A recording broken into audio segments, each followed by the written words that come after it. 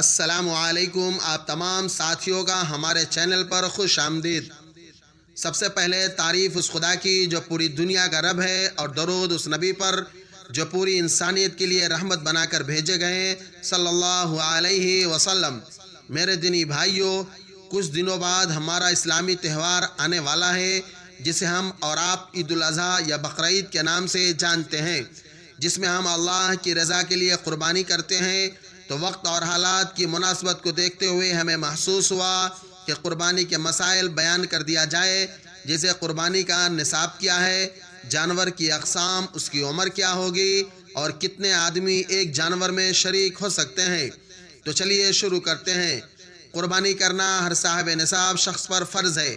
صاحب نصاب سے مراد وہ مرد یا عورت جس کی ملکیت میں 7.5 تولہ سونا یا 52.5 تولہ چاندی یا نقدی مال یا تجارت کا سامان یا ضرورت سے زائد سامان میں سے کوئی ایک چیز یا ان 5 چیزوں یا بعض کا مجموعہ 52.5 تولہ چاندی کی قیمت کے برابر ہو، تو ایسے مرد و عورت پر قربانی کرنا واجب ہے۔ یعنی جو نصاب زکوٰۃ کا ہے وہی نصاب قربانی کا بھی ہے، لیکن قربانی میں مال کے لیے سال کا گزرنا ضروری نہیں ہے۔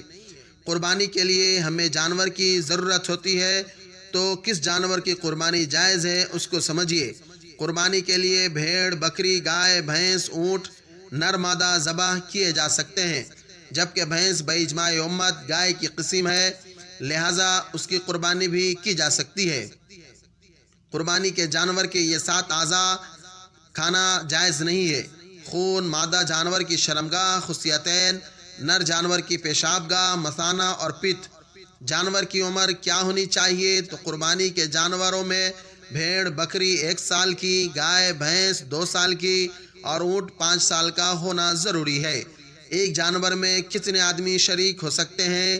تو قربانی کا جانور اگر اونٹ، گائے یا بھینس ہو تو اس میں 7 آدمی شریک ہو سکتے ہیں۔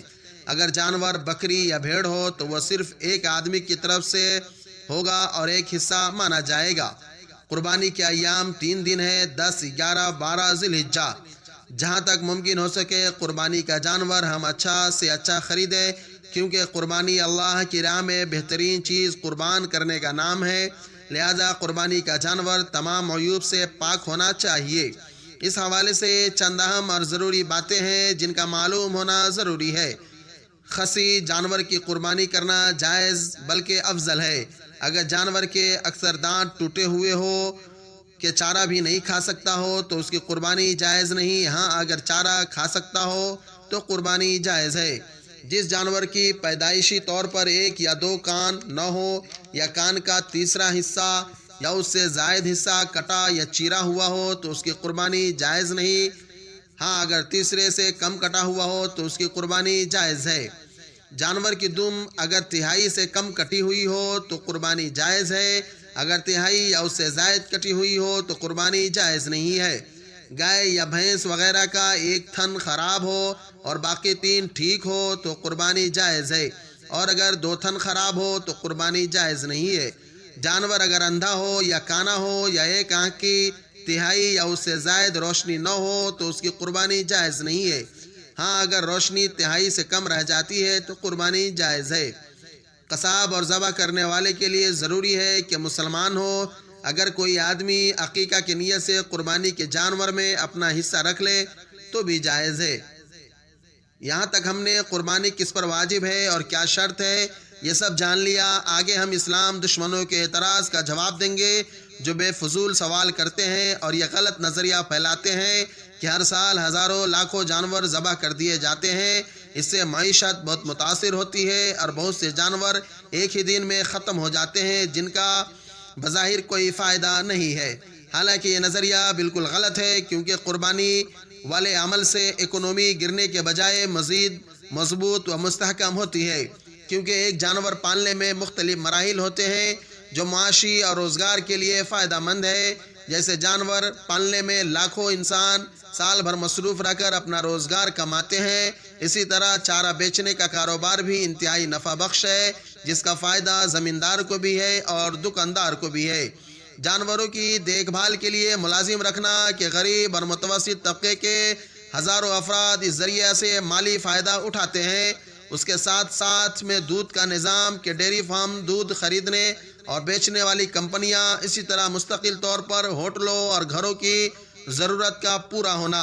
مزید غور کیا جائے تو معلوم ہوگا کہ قربانی کے ایام میں منڈی میں ٹرانسپورٹ کا نظام، جس میں ٹرانسپورٹر سے لے کر منڈی کے منشی تک فائدہ اٹھاتے ہیں۔ اسی طرح ان دنوں میں جانور بیچنے کے نتیجے میں مال منافع کا بڑھنا اور قصابوں کی اجرت بھی اسی نظام کا حصہ ہے۔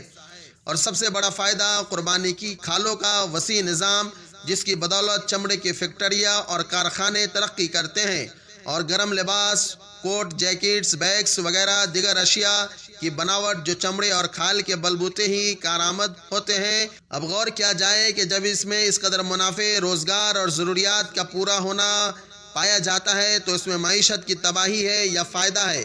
یعنی قربانی کرنے سے فائدہ ہے یا ہمارا نقصان ہے؟ اگر ہم غور کریں گے تو ہمیں معلوم ہو جائے گا کہ قربانی کرنے سے بہت سارے منافع ہیں، اور اگر بالفرض یہ سب فائدہ نہ بھی دیکھے تو فقط اتنا ہمارے لیے کافی ہے کہ اس سے اللہ راضی ہو جائے اور ہمارے دلوں میں جذبہ قربانی پیدا ہو۔ اللہ پاک ہم سب کو خلوص نیت کے ساتھ قربانی کرنے کی سعادت بخشے۔ اگر آپ کو ہماری یہ پیشکش پسند آئی ہوگی تو لائک شیئر ضرور کریں۔ خدا حافظ، فی امان اللہ۔